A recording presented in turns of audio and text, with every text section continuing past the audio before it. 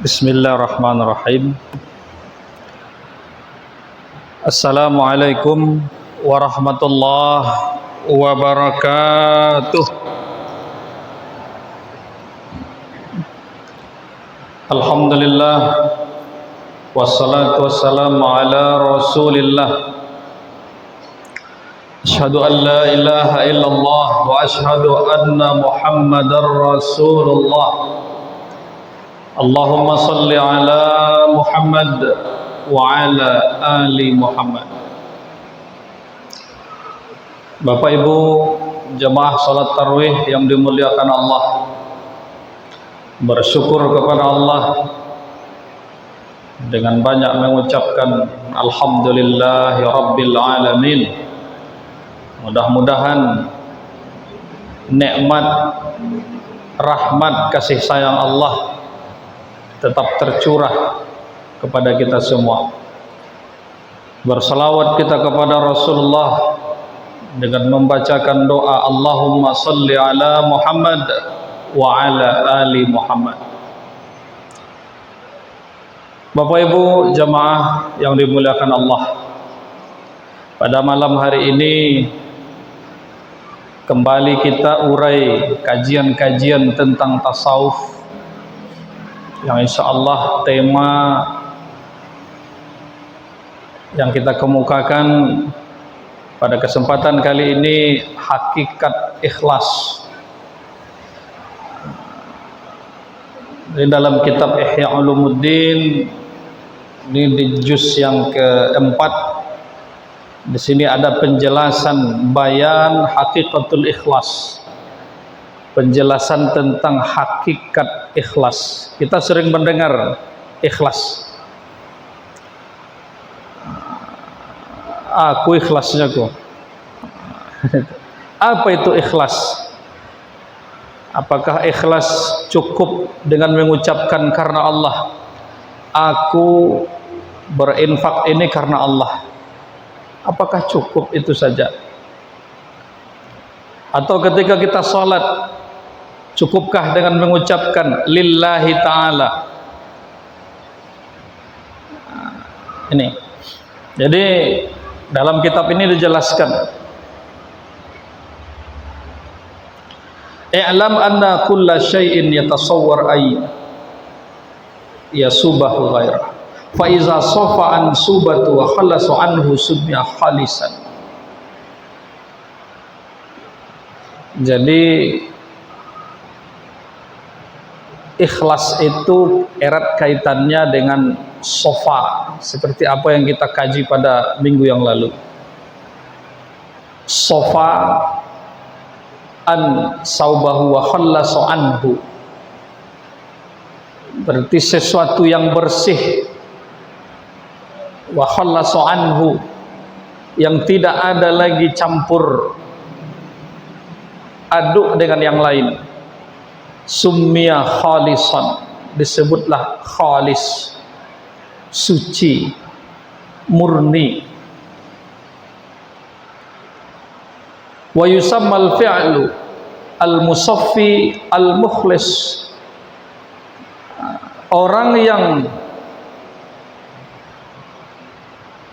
suci, murni itu disebut dengan mukhlis. Jadi seseorang yang ikhlas, bahasa Arabnya mukhlis atau ikhlason, ikhlas.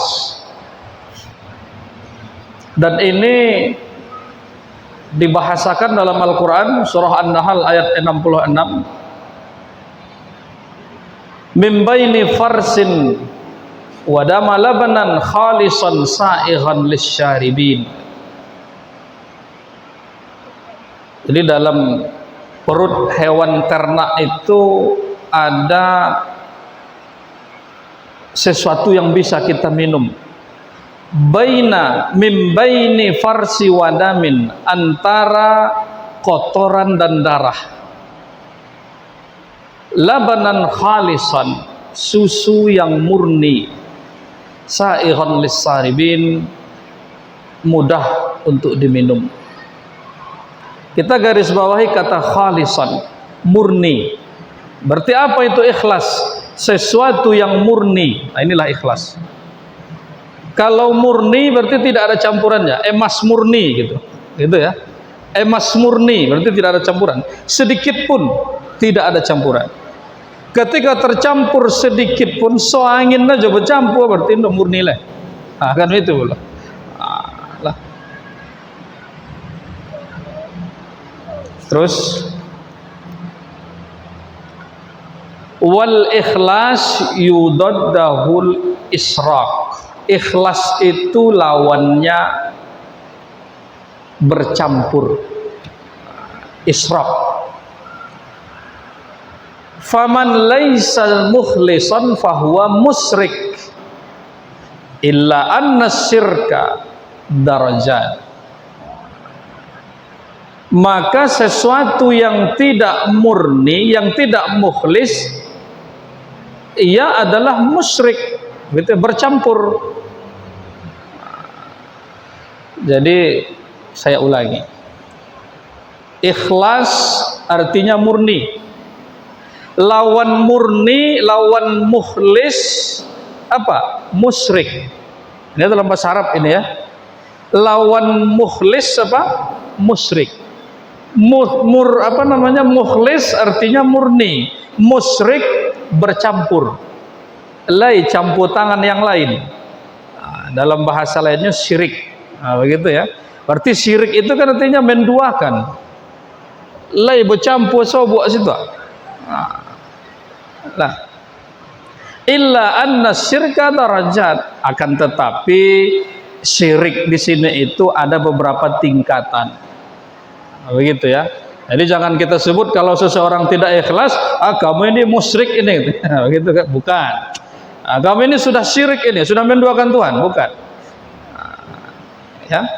Karena syirik di sini itu juga ada tingkatannya.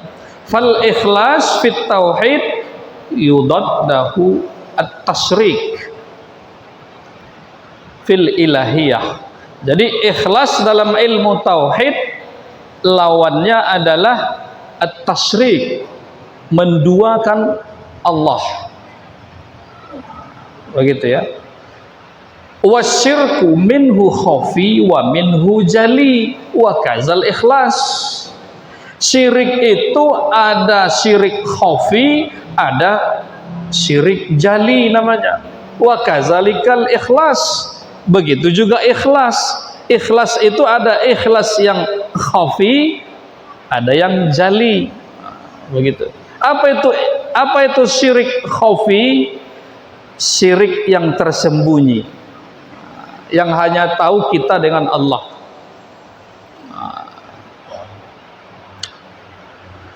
Bapak Ibu jamaah tarawih yang dimuliakan Allah Subhanahu wa taala. Jadi dari sini kita pahami bahwa ikhlas itu ternyata mengesahkan Allah. Kata lainnya begitu. Makanya dalam Al-Quran ada namanya surah Al-Ikhlas. Surah Al-Ikhlas itu apa? Qul huwallahu ahad, Allahus samad, lam yalid wa lam yulad wa lam yakul lahu kufuwan ahad. Ini kesemuaan dari ayat pertama sampai yang terakhir tujuannya ahad. Tujuannya apa? Allah. Qul huwallahu ahad. Berarti ikhlas itu memurnikan niat kita kepada Allah. Nah, jadi kalau kita berinfak sajadah misalnya, karpet gitu kan, kita beko kalau berinfak karpetku, mudah-mudahan sonang yang semboyang situ kau yang poinnya kan gitu. Ku tambah pula infak pakai parfum agar nanti harum, orang senang sholat di sana. Berarti ini kan bukan Allahnya yang di depan itu, karena biar orang senang, begitu kan? Ini namanya khofi, ini halus dia. Ini namanya syirik halus, berarti tercampur. Jadi yang murni itu apa? Ketika kita meniatkan sebuah amal, sebuah ibadah hanya kepada Allah, titik. Nah, inilah yang ikhlas. Nah, itulah hakikat dari ikhlas, tidak tercampur dengan sedikit pun selain dari Allah Subhanahu wa ta'ala. Dan ini nanti akan banyak pendapat-pendapat ulama, pendapat-pendapat ahli ibadah, ahli tasawuf sekaitan tentang ikhlas ini. Dan mungkin waktu yang singkat ini tidak bisa kita bahas terperinci, dan akan kita lanjutkan nanti di sholat subuh insyaallah. Jadi pendapat ulama tentang ikhlas itu apa saja. Jadi Bapak Ibu jamaah yang dimuliakan Allah Subhanahu wa ta'ala, mudah-mudahan di sisa-sisa ibadah Ramadan kita ini, yang sebelumnya mungkin niat kita beribadah itu belum ikhlas, mari kita tingkatkan ke level yang lebih baik. Ustaz, berarti borek itu ibadah tuh Ustaz, doken sampai kita ke tingkat yang tinggi itu Ustaz. Begini Bapak Ibu jamaah rahimakumullah, dalam beribadah kepada Allah jangan tunggu ikhlasnya dulu, begitu ya. Dalam beribadah kepada Allah jangan tunggu ikhlasnya. Kita nggak tahu kapan kita ikhlas. Berjalan kota di muka kita nak membangun masjid kan, dia agih ke 10.000, dia agih 20.000, dia agih 100, entah beko nampak uyang beko ndak boleh ikhlas kok. Ndak usah, kita beribadah saja. Tugas kita apa? Tugas kita hanya beribadah. Wa ma khalaqtul jinna wal insa illa liya'budun. Tidak kami ciptakan jin dan manusia kecuali hanya untuk menyembah kepadaku, beribadah kepadaku. Tugas kita hanya beribadah kepada Allah. Jadi ketika kita menunggu ikhlas, baru rajin kita ke masjid, ikhlas, baru kita suka, baru kita beribadah, baru kita bersedekah, baru kita berinfak. Kapan kita ikhlasnya? Oleh karena itu tentu ikhlas ini butuh latihan, butuh tadrib, riyadhah, latihan. Inilah kita ini selama sebulan kita dilatih untuk ikhlas kepada Allah, selama sebulan. Karena termasuk puasa ini latihan ikhlas, ya.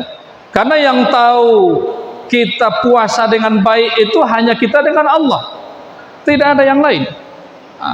Oleh karena itu Bapak Ibu jamaah rahimakumullah, mudah-mudahan keikhlasan terus kita dalami dalam pelaksanaan ibadah untuk menyempurnakan ibadah-ibadah kita kepada Allah Subhanahu wa ta'ala.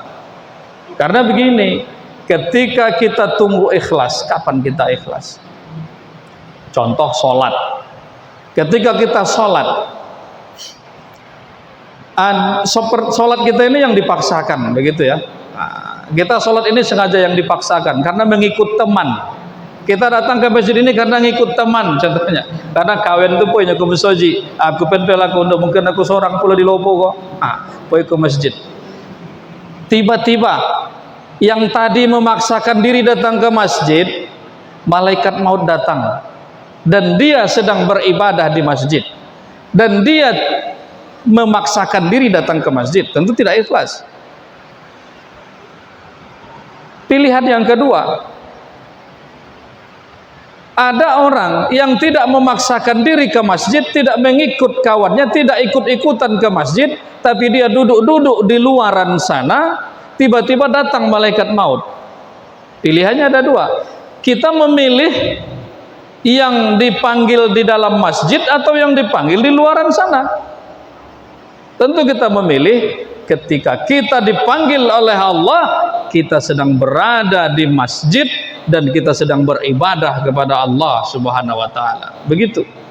Jadi Bapak Ibu jamaah rahimakumullah, mari beribadah sebisa mungkin, semampu kita, adapun hasil kita serahkan hanya kepada Allah Subhanahu wa taala. Mudah-mudahan kajian singkat ini bermanfaat untuk kita semua dan bisa lebih mendekatkan diri kita kepada Allah Subhanahu wa taala. Dan lanjutan dari kajian ikhlas ini akan kita sarikan nanti setelah sholat subuh insyaallah. Demikian, wabillahi taufiq wal hidayah. Assalamualaikum warahmatullahi wabarakatuh.